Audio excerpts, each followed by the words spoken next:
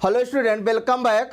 तो आज जो हम लोग बात करने जा रहे हैं बीएचयू एंट्रेंस एग्जाम 2021 के बारे में कि हम लोग इसकी प्रिपरेशंस कैसे करें, इसकी स्ट्रेटजी क्या होनी चाहिए, कितने टॉपिक से कौन से टॉपिक से कितने क्वेश्चंस पूछे जाते हैं, कितना नेगेटिव मार्किंग होता है और कितना पे हमारे पास AIR 1 आ सकती है।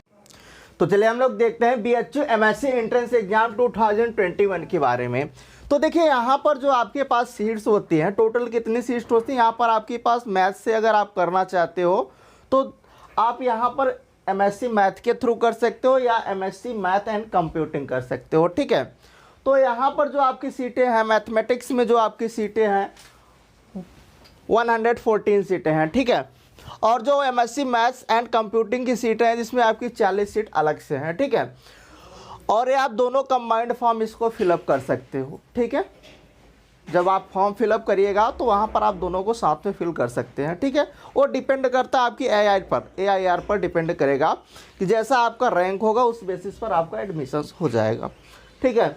अब यहाँ पर बात करते हैं कि sir total number of seats कितनी होंगी। तो टोटल नंबर ऑफ सीट्स की तो हमने बात कर लिया कि मैथ्स में 114 सीट है और मैथमेटिक्स एंड कंप्यूटिंग में जो आपके पास है 40 सीट है, ठीक है। और टोटल नंबर ऑफ क्वेश्चन जो पूछा जाता है वो आपके पास 120 क्वेश्चंस होता है ना। और टोटल टाइम आपका होता है 2 आवर्स का टाइम होता है, ठीक है। इसका मतलब है कि 120 क्वेश्चंस है 120 मिनट्स है, मतलब 1 क्वेश्चन पर 1 मिनट्स, है ना।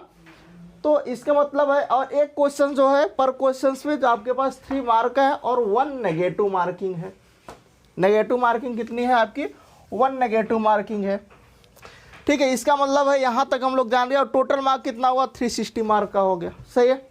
चलो आगे बात करते हैं। यहाँ पर टॉपर्स की अगर आइडिया हम आपको दें कि अगर आपको टॉपर्स बनना है, AIR 1 लाना है, तो इसका मतलब क्या है कि आपका जो 180 से 190 के अंदर अगर आप पाते हो, मार्क करते हो, तो आपकी AIR 1 बन जाएगी, ठीक है। मतलब कहने का मतलब है कि 50% आपका चाहिए, ठीक है। 50% अगर आप मार्क लाते हो तो आपका क्या मिलेगा वहाँ पर? AIR 1 हो जाएगा अप्रॉक्सीमेट, ठीक है। चलिए अब बात करते हैं हम लोग कि कौन से टॉपिक्स को सर सेलेक्ट करें, क्योंकि BHU का सिलेबस बहुत ही बड़ा है। अब बात आती है कि सर किस टॉपिक्स को सेलेक्ट करें और किस टॉपिक्स को छोड़ दिया जाए। तो 1 बाय 1 बात करेंगे हम लोग। जैसे हम लोग सिलेक्टेड टॉपिक्स बात करेंगे, सिलेक्टेड टॉपिक्स में आपको पढ़ना है, उसके बाद आपको उसके प्रीवियस ईयर करना है। 4 से 5 साल की आपको प्रीवियस ईयर करना है BHU के, ठीक है। जो भी आपने सेलेक्टेड टॉपिक्स किया उसके बाद अब उससे रिलेटेड 4 से 5 ईयर का प्रीवियस ईयर का क्वेश्चन आपको सॉल्व करना है, डेफिनेटली करना है, ठीक है। अब बात करते हैं रियल एनालिसिस में। रियल एनालिसिस में जो टोटल नंबर ऑफ क्वेश्चन पूछे जाते हैं अप्रॉक्सीमेट 25 क्वेश्चन पूछे जाते हैं, ठीक है। इसका वेटेज सबसे ज़्यादा है, मल्टीप्लाई कर सकते हो 70, है ना।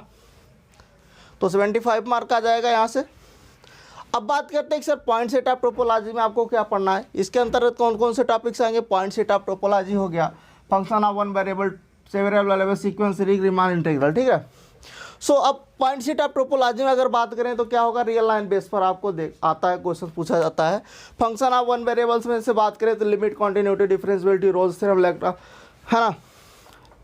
रोल्स थ्योरम हो गया, लैग्रांज थ्योरम हो गया, इंक्रीजिंग, डिक्रीजिंग, होमोजीनियस, है ना। और आपके पास इसी टाइप से, है ना। और सेवरल वेरिएबल्स में उसके बाद सीक्वेंस सीरीज से आपका मैक्सिमम 1 से 2 क्वेश्चन पूछा जाएगा, ठीक है। सेलेक्टेड टॉपिक्स हैं। रीमान इंटीग्रल से आपका 1 से 2 क्वेश्चन पूछा जाएगा, ओके। तो आप यहाँ से आपका डेफिनेटली यहाँ से आपका काफ़ी सारे क्वेश्चन आ जाएंगे, कई सारे क्वेश्चन यहाँ से आपके बन जाएंगे, ठीक है। तो टोटल अगर क्वेश्चन काउंटिंग करें तो 25 क्वेश्चन बन जाएंगे अप्रॉक्सीमेटली। और यहाँ से आप स्कोर भी आसानी से कर सकते हो, क्योंकि अगर आप IIT JAM की प्रिपरेशन करके आ रहे हो, अगर मान लीजिए जिसका रिजल्ट पॉजिटिव रहा तो उसके लिए कंग्रेचुलेसन्स, और मान लीजिए जिनका नेगेटिव रहा है तो उससे आपको कई सारे चीज़ें आपको सीखने को मिली होंगी कि एग्ज़ाम्स में जब हम बैठ कर के पेपर्स देते हैं तो हमारे पास एक हमें आइडिया लगता है कि हमारी गलतियाँ कहाँ हुई, उन गलतियों को हमें क्या करना, सुधारना है, है ना। जब हम MSc एंट्रेंस की एग्ज़ाम की प्रिपरेशन कर रहे हैं तो उसको पुरानी जो हमारी कमियां हुई हैं एग्ज़ाम्स में उसको हमें क्या करना, रिपीट नहीं करना है।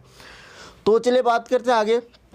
दूसरा अगर सेलेक्टेड टॉपिक्स में बात करें सर लीनियर अलजेब्रा में, तो लीनियर अलजेब्रा में क्या स्टार्टिंग के पॉइंट्स पूछे जाते हैं। स्टार्टिंग के जैसे हम लोग बात करते हैं आइगन वैल्यू हो गया, आइगन वेक्टर हो गया, है ना। तो उसके बाद यहाँ पर अगर हम बात करें कि आपसे मैट्रिक्स दे देगा और आपसे क्या पूछ लेगा, रैंक पूछ लेगा, है ना, डायमेंशन पूछ लेगा। तो इसी तारीख से आपको क्या करना है, पढ़ना है, आपको रीड करना है। और इसमें आपको सेलेक्टेड टॉपिक्स में बात करें तो इनर प्रोडक्ट स्पेस पढ़ के जाना है, ठीक है। डायग्नोसिबिलिटी में आपको ज़्यादा नहीं एक्स्ट्रा नहीं पढ़ना है, बेसिक टॉपिक्स आपको पता होना चाहिए, ठीक है।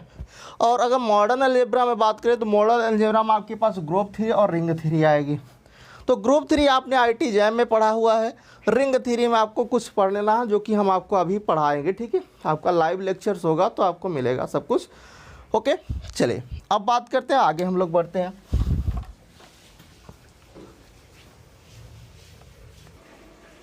चलिए आगे बढ़ते हैं, हमारे पास 4th नंबर पर है ओडी में। ओडी में कौन कौन सा टॉपिक्स आएगा, पहली बार तो जो जैम का सिलेबस आपने कवर ही किया है तो कंप्लीट आपका जैम का सिलेबस होना चाहिए। उसके बाद कुछ आपको एक्स्ट्रा चीज़ें पढ़नी है। क्या एक्स्ट्रा चीज़ें पढ़नी है, जैसे हमें पिकॉर्ड मेथड हो गया, है ना, Picard method, existence and uniqueness theorem हो गया, इनिशियल वैल्यू प्रॉब्लम, लिप्सिस कंडीशन हो गया, सिस्टम ऑफ इक्वेशन में 2x2 system and 3x3 system देखना है, okay. So first order and higher degree में equation so level x y p and q का आप देखना है, ठीक है।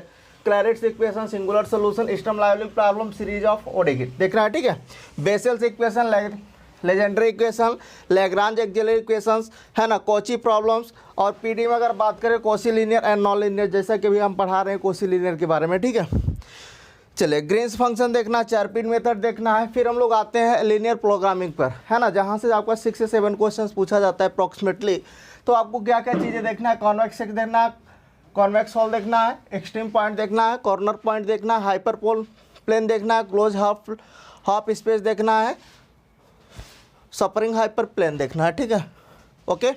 अब उसके बाद आपको कॉम्प्लेक्स एनालिसिस भी देखना है। कॉम्प्लेक्स एनालिसिस हम आपको पढ़ा देंगे, ठीक है, जिसमें हम लोगों ने कवर कर चुके हैं, शायद लिमिट तक हम लोग पढ़ाया है, उसके आगे हम लोग नेक्स्ट ही लेक्चर लेंगे, ओके। तो वहाँ पर हम आप लोग को कवर कर देंगे, जहाँ से आपका 6 से 7 क्वेश्चन पूछे जाएगा। ये calculus and variation and integral equation से दोनों को मिला करके 1 से 2 क्वेश्चन पूछा जा सकता है, नहीं भी आएगा, कोई फिक्स नहीं है, ठीक है। तो आप इसको चाहो स्किप भी कर सकते हो, ओके। फिजिक्स में आपको देखना है, फिजिक्स में क्या है, सेंटर ऑफ मास टाइप का इस टाइप से क्वेश्चंस आते हैं। आप चाहो तो इसको भी स्किप कर सकते हो, अगर आपको आता है तो आप पढ़ सकते हो, अदरवाइज स्किप कर सकते हो, ठीक है। अब आते हैं यहाँ पर differential geometry, coordinate geometry and integral and vector. Integral आप वेक्टर आपने आईटी जैम में पढ़ा है, बस उतना ही सफिशिएंट है। 4 से 5 क्वेश्चन आपको उसको रिपीट कर लेना है, ठीक है। 4 से 5 क्वेश्चन यहाँ से हो जाएंगे। उसके बाद हम आते हैं न्यूमेरिकल एनालिसिस पर। न्यूमेरिकल एनालिसिस में आपका क्या पूछा जाएगा, finite difference operator, forward backward operator, ठीक है, center of operator, numerical solutions, है ना। उसके बाद non linear and transcendental equations, Bolzano bisection method of, है ना, ये क्या है, बेलजोनोव बाइसेक्शन मेथड हो गया, मेथड ऑफ फॉल्स पोजीशन हो गया। उसके बाद न्यूटन रेप्सन मेथड हो गया, फिक्स पॉइंट मेथड हो गया, ठीक है। इस टाइप से आपसे पूछे जाएंगे, तो मोटा मोटा मैंने आपको बता दिया। और यहाँ पर न्यूमेरिकल इंटीग्रेशंस और एलपीपी से आपको कुछ इस टाइप का क्वेश्चन होगा, देखिएगा तो मैक्सिमम ऑब्जेक्टिव सी2 और एक्स टाइप का, सी की पावर्टी और एक्स टाइप का, ठीक है। तो इस टाइप का देख लेना इसको, ओके। तो बाकी तो आपको मैं इसको कवर करा ही दूंगा। तो ये था आपके पास पूरा सिलेबस, इसका एक रफ आइडिया, ठीक है, कि अगर आप इतने टॉपिक्स कवर कर लेते हो, चूँकि हमें क्या चाहिए, अगर हमारे पास 120 क्वेश्चन में मैं 50% कवर करता हूँ, तो पूरा 100% अगर सिलेबस में मैं क्या करता हूँ, फिक्स कोई टॉपिक सेलेक्ट करता हूँ, उस फिक्स टॉपिक्स में ही हमें सेलेक्ट करना है और अच्छे से उसको पढ़ना है। जो आप फिक्स टॉपिक 50% की बात कर रहे हो, 100% में आपको 50 से 60% ही पढ़ना है।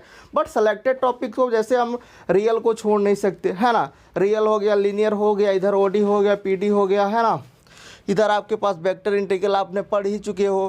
कोऑर्डिनेट ज्योमेट्री में आपको देखना है मोटा मोटा, ज़्यादा डेफिनेटली नहीं देखना है आपको, इसमें प्रीवियस ईयर का क्वेश्चन भी देख लोगे, 4 से 5 ईयर का प्रीवियस ईयर का क्वेश्चन देख लोगे, हो जाएगा अपना, ठीक है। इसमें आप जाओगे कोऑर्डिनेट ज्योमेट्री, न्यूमेरिकल एनालिसिस में आप देख लेना, है ना। और उसके बाद हम लोग इधर तो क्लियर है। उसके बाद जैसे पॉइंट्स ऑफ टोपोलॉजी से हो गया, तो वहाँ से रियल लाइन पर बेसिस आता है, ठीक है।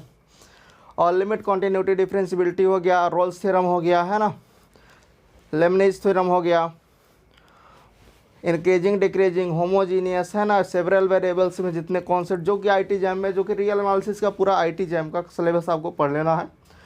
उसके साथ कुछ एक्स्ट्रा आपको चीज़ें देखना। उसके बाद आपको क्या करना, डेफिनेटली 4 से 5 ईयर के प्रीवियस ईयर को आपको सॉल्व करना है। ओके, और बाकी अगर आप इतना कर लेते हो तो मैं डेफिनेटली बोल सकता हूँ कि आपको AIR1 ला सकते हो। बट आपको 100% एक क्या करना, एक प्रॉपर प्लान के साथ वर्क करना होगा।